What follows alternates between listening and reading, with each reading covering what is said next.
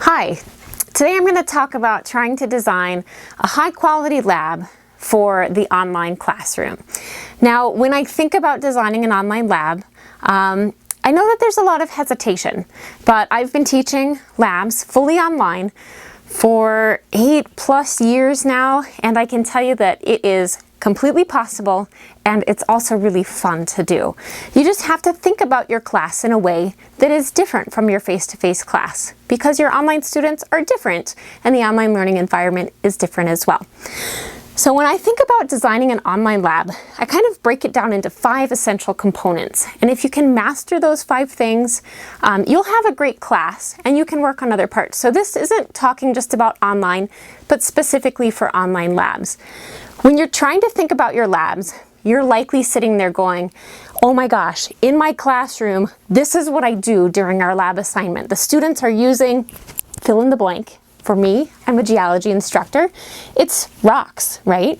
If you're chemistry, it might be chemicals. It's all the glassware, the lab equipment, all the various things, Bunsen burners, biology, you got microscopes, slides, all of this stuff. How are we going to do this? Oh my gosh, it's not possible. But it actually is. You just have to calm down and take a step back. When you're thinking about your online lab, the first thing that you need to think about is, what are the course competencies? Always step back. Instead of saying, how do I make this lab exactly like my face-to-face lab? Step back and say, what is the goal? What competency does that lab meet? What is the expectation? Do the students need to be able to show a skill? Do they need to be, are they just trying things out and they're, working with sort of the content, trying to understand maybe a process? For me, it might be how to identify rocks. Is it a final assessment? Can they make mistakes? Kind of think about what the goal of the lab is going to be. And then maybe you'll start thinking about your lab in a slightly different way. Maybe it doesn't have to be the exact same. As long as the online lab that you're creating still meets the course competency, it should be equivalent. So kind of that's the first thing to think about. If it has to be the same as the face-to-face class, decide why that is. There are different reasons for it. And you'll just have to have that in mind when you try to tackle how you're going to do your lab. Now the next thing, so kind of the way I say that, like, does it have to be the same? An example that I can give, in the general geology course that we have, one of the labs in our face-to-face classroom involves using a glacier model. It's a 3-dimensional model. We made it. It involves using flubber. The students put flubber on. They use stopwatches. They time the flubber at different temperatures and consistencies. And they take measurements. They do calculations. And the whole goal of the lab, the competency, is really understanding how glaciers move and the different factors that affect them. So the cool part of the lab is the students are using things in the classroom, but it's not possible to do that online. So the question is, what do I do? I decided to make the lab as similar as possible. Instead of having the students manipulate the model, they actually use plates in a lab manual that have images of the same lab model where all the measurements are there, and then the students have to read it, so they're practicing reading measurements. They still do all the same calculations, but I've done the model aspect for them, because working the model wasn't part of the competency. So that works. Now another thing I could have done is just do something different. There are tons of simulations online where there's even a glacier simulation from FET run through like CU Boulder. So the students could have manipulated that. But I decided, since I had the model and the time, I took pictures with my camera, made some videos, and I put the lab together. So it is pretty much the same lab. They're just not actually manipulating it. I do give them the recipe to make their own flubber just to make it fun, but they don't have to actually manipulate it. And that's how it worked in my class. So you might start thinking, what do they have to do in the lab, and how can I make it work online? So it might be a little different. The second thing, students really like labs because there's this tactile aspect to them. And that's probably what you're trying to think, is, how do I do it?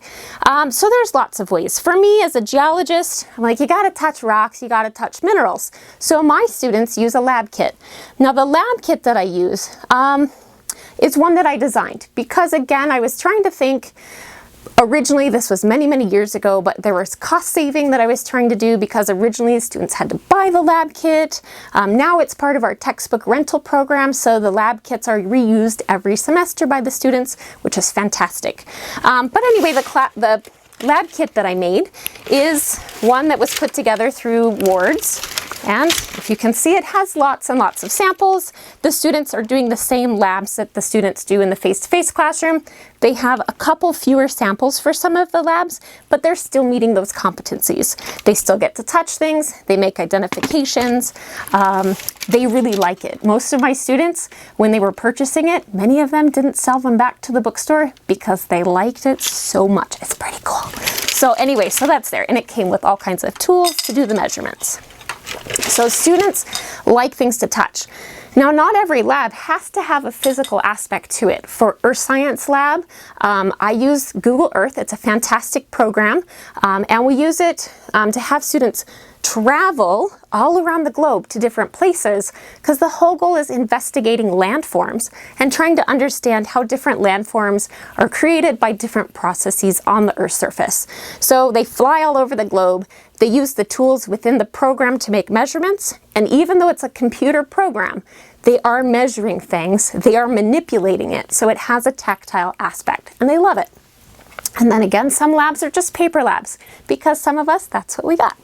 Now, if you're thinking about lab kits, there are plenty of companies that do create labs to be done by online students. So eScience Labs, LabPack, and Hands-On Labs are three companies I can think of.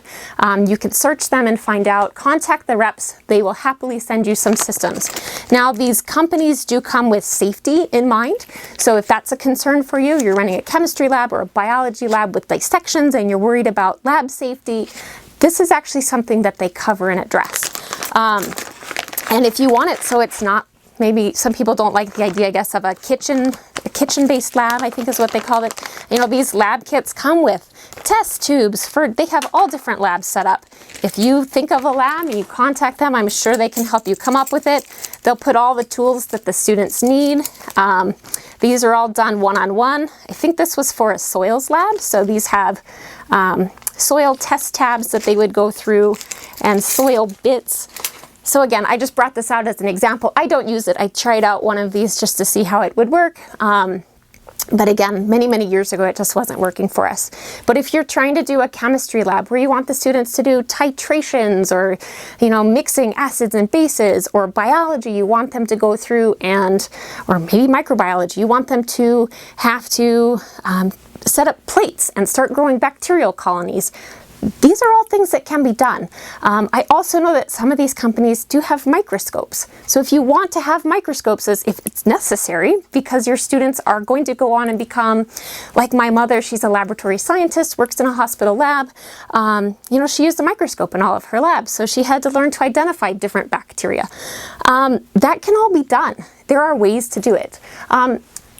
Possibly by these lab kits, possibly by doing something a little bit different. You know, can it be done where the students are identifying things on slides that you've already taken pictures of?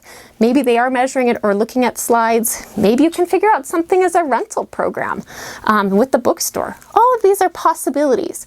You just have to make your brain be flexible to think through how you're going to do it. Anyway, so those are just some thoughts for getting through some of the basics to keep it tactile. The third thing, students really need to know how the material that you're doing in the lab relates to them, to the real world. This is obvious. As teachers, this is something we all do, but no matter what you're doing, think about how to relate the lab, which for my students are like, I'm looking at rocks again. I don't get it, Jennifer. How does this relate? So I always connect it back. You know, when our